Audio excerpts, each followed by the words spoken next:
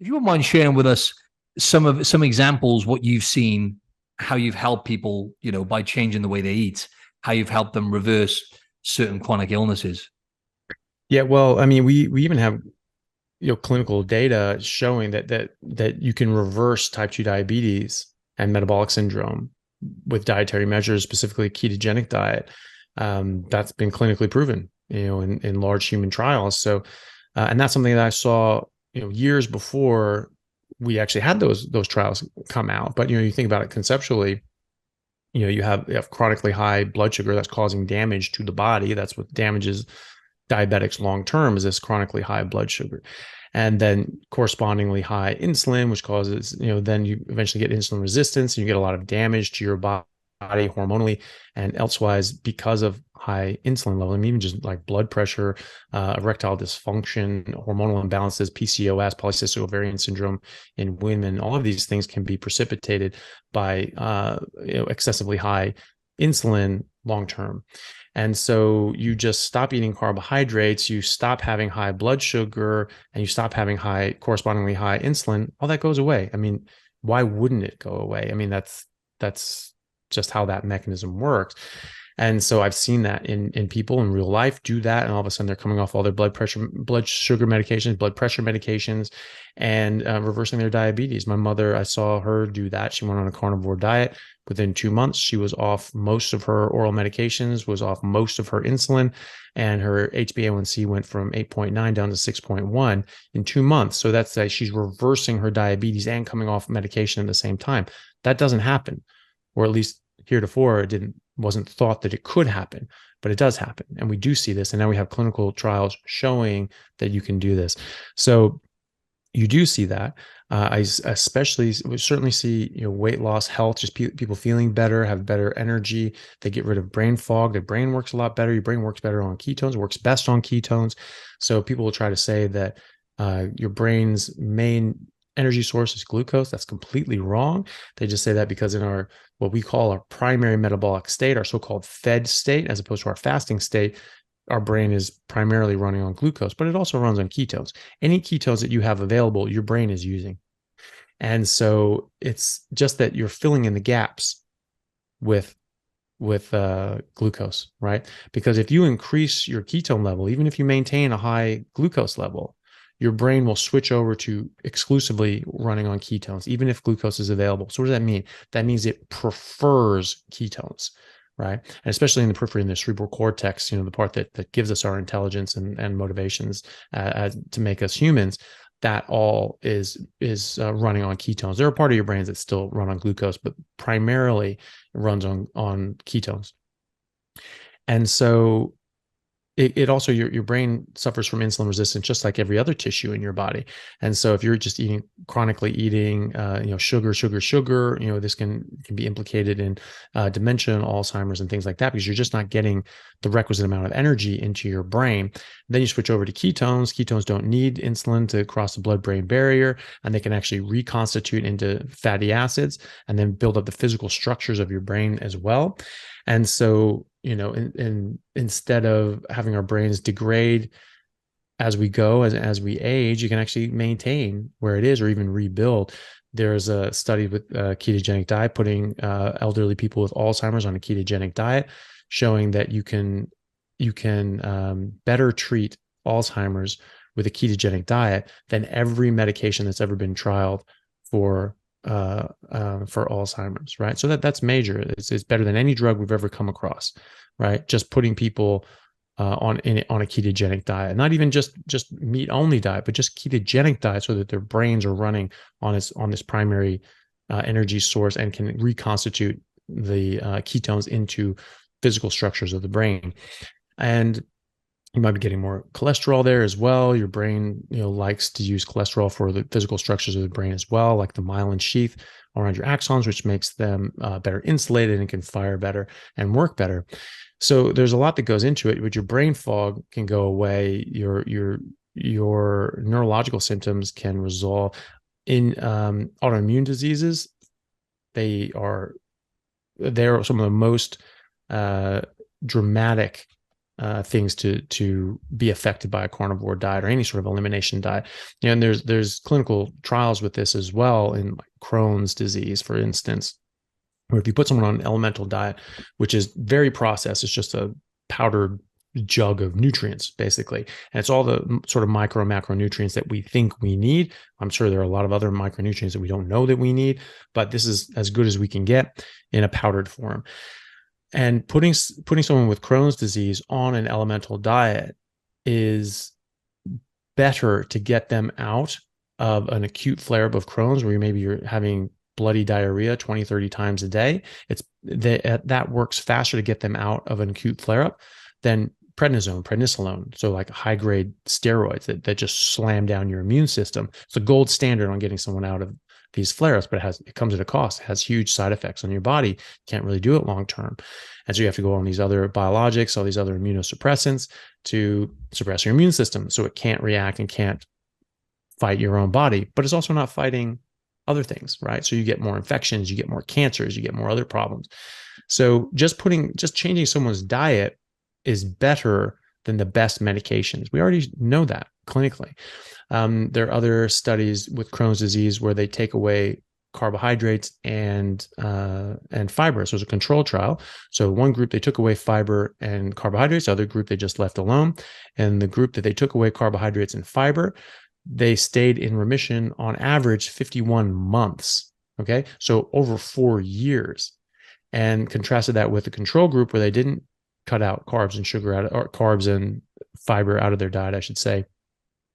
They stayed in remission on average 0 months, which is not a lot of months. So, this makes a massive difference. What does that mean? That means to me that there's something in the carbohydrates and the fiber, or something that comes along with it, maybe themselves, that are precipitating this autoimmune issue, Crohn's disease. Hey everyone, really happy to announce a new sponsor for the show and for everybody down in Australia, Stockman Steaks, who are delivering high quality grass-fed and finished pasture-raised beef and other meats, flash frozen and vacuum sealed to your door, something that I've been enjoying a lot of myself recently as well. They also have a great range of specialty items such as high-fat keto mince and carnivore beef and organs mince with liver, kidneys, and beef heart as well. So use code Chaffee today for a free order of beef mince or another specialty gift along with your order at stockmansteaks.com.au, and I'll see you over there.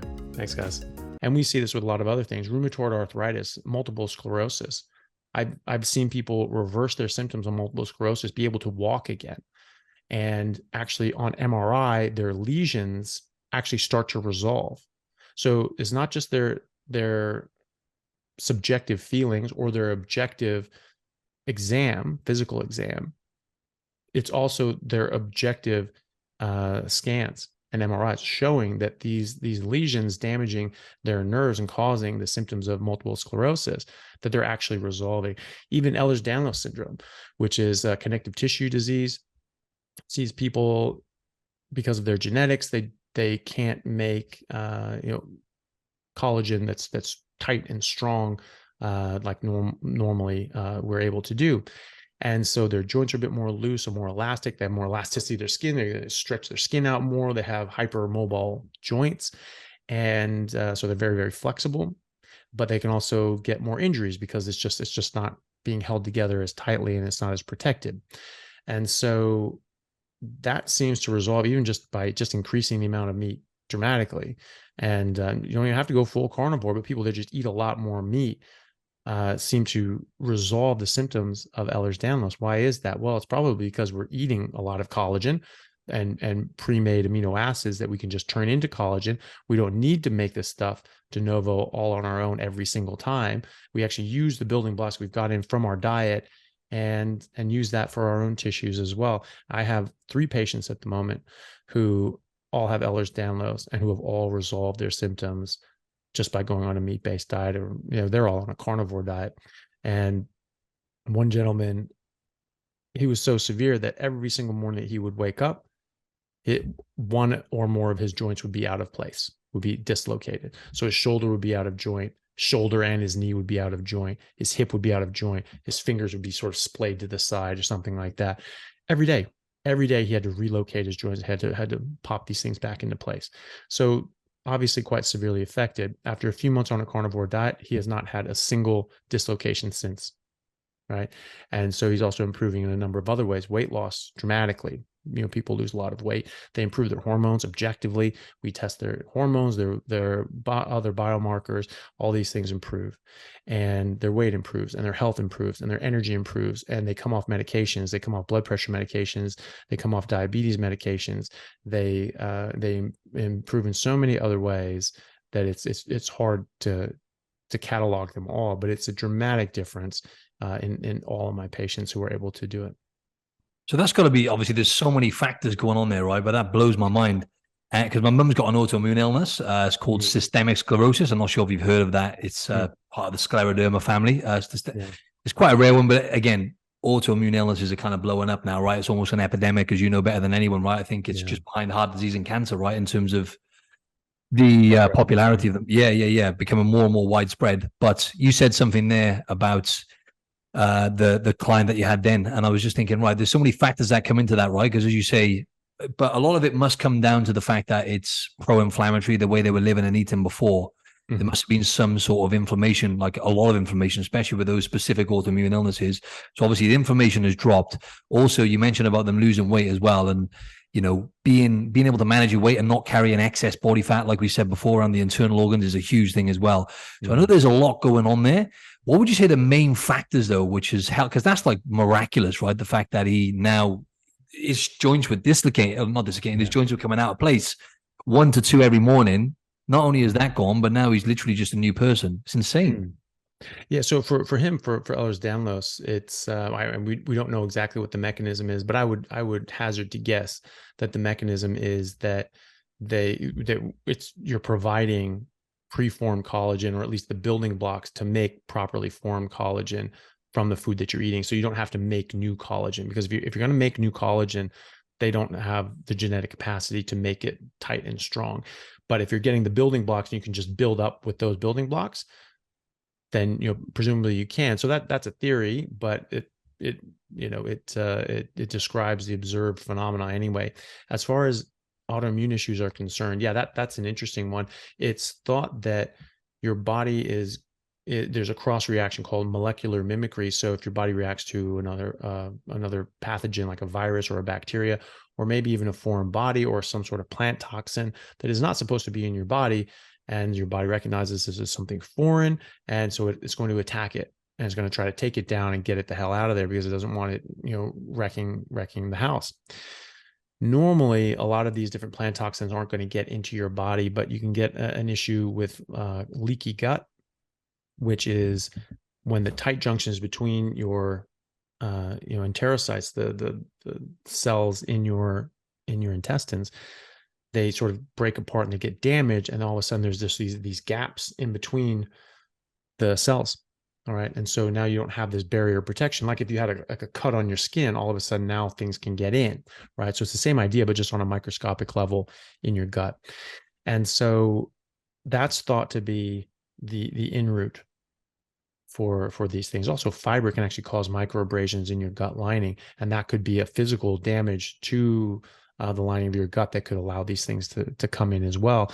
And you ask anyone with Crohn's or ulcerative colitis or anything like that what eating fiber does to them, they will tell you this is definitely not an essential nutrient. It's actually something that should be avoided at all costs. They'll get horribly symptomatic and get horrible symptoms as a result of that. And people with IBS as well can get seriously messed up with a high fiber diet. So the idea is that some of these bacteria are now going to be allowed into your system. Your body's going to attack those, but also things from the plants, different plant defense chemicals like various lectins can get into your body, and they can cause all sorts of damage to your body. They can also act as mimics for your different hormones like insulin. Some lectins can actually bind to insulin receptors more tightly than insulin itself and give a higher insulin effect than if you were on a high carb diet. So even people on a ketogenic diet, if they're eating things that have these lectins in them, that can actually cause a similar result as if their insulin was high. One thing that it can do, though, is that your body recognizes these things as foreign. It doesn't want them there. And so it attacks them and makes antibodies towards them. And then in the genetically susceptible, those antibodies are similar enough to the body's own cells or something on the body's own cells that there's a cross reaction. And so there's a sort of a spillover effect of those antibodies. And I say spillover effect because I think that's what it is. I think your body's attacking one thing, but because this is systemic, it's just producing antibodies throughout the whole body to try to get this stuff everywhere that your circulatory system can get to. That's what it's doing. It just happens to hit some of your own cells. Hey guys, just want to take a second to thank our sponsor, Carnivore Bar. I don't promote many products because honestly, all you need to be healthy is to just eat meat. For those times that you're out hiking, road tripping, or stuck at work and you want a nutritious snack that is just meat, fat, and salt if you want it, the Carnivore Bar is a great option. So I like this product not because it's just pure meat, but also because I want the carnivore market to thrive as well. And the more we support meat-only products, the more meat-only products there will be available in the mainstream. So if this sounds like something you'd like to get behind, check it out using my discount code Anthony to get 10% off, which also applies to subscriptions, giving you 25% off total. All right, thanks guys. But what was thought before with molecular mimicry was that your body would be sensitized to your own cells and your body would start attacking your own cells. I don't think that that's the case. I don't think that that these antibodies then go onto your cells and your body goes, yep, those are dead. We're going to attack those now. First of all, because if anybody who studied immunology at a graduate or postgraduate level, the way I did, you'll know that your immune cells are not allowed to make things that will attack your own body. And so, in the thymus and other parts of the body, when these immature immune cells are being made, if they attack or respond to any antigen that your body normally makes, it just gets killed. It's wiped out. It's like, nope, we don't want you because we don't want you attacking, the host. Now, that's not to say that they can't be sensitized, but it just off the bat, it's just sort of a bit odd that would happen. The other reason I say that, and really the more important reason I say that, is because you can actually see a reversible nature to these diseases. Like I said, you stop eating certain things and the problem goes away, right? So if you were sensitized, if you had Crohn's or ulcerative colitis, and you were and your body made these antibodies towards something else initially, and then now they're making it directed at, your own body. Well, if you removed that stimulus, that wouldn't change anything. Your body's already sensitized to itself and will just keep attacking itself, right? But that's not what happens when you put someone on an elemental diet, or you put someone on just a carnivore diet, or just take away carbs and fiber. Crohn's goes away, right? And so does MS. And so we actually have in the medical literature, going back into the 1800s, all the way through 1975, that you can treat these autoimmune diseases with a pure red meat and water diet, right? And so we forgot all that. In fact, we've just got it, thrown out of medical literature, or at least ignored, in 1977, when the USDA declared cholesterol causes heart disease, saturated fat increases cholesterol, stop eating both. Therefore, don't eat meat, don't eat eggs. What can you eat? You got to eat vegetables. You got to eat plants. And so they just forgot the last 100 years, 200 years of medical science and publications and all the different things about plant toxins and oxalates and tannins and all these different things that we knew were harmful, and saying, hey, you have to keep these levels low or else you're going to cause harm. And there's tons of studies showing that, going back, decades from now, hundreds of years, in fact, in a lot of these cases. So there is this reversible nature, and I see that in practice. So when you get someone on an elimination diet, when you get rid of all this sort of stuff, you get them on just a meat and water diet, which is the best elimination diet you can get. You're only getting the nutrients you need. You're not bringing in anything else that into your body that you don't need. And you talk about quality of nutrients as well. That's important as well, especially for people that are more sensitive to these things, like autoimmune sufferers, because if the animal is fed something that it's not supposed to eat either, well, it's not going to be able to detoxify those things properly. And so chicken and pigs are given a lot of soy. They're not supposed to eat soy. They're not designed to eat soy. And so they can't break the stuff down properly. Some of that's going to get in the meat. Then people with autoimmune issues, they eat pork or chicken that's been raised like that. And they can actually get an immune response from it. Not as bad as if they're eating plants or sugar or carbs or whatever, but they are getting a response. And so that's something that I think is, a direct result of just the animal eating something it's not supposed to eat as well.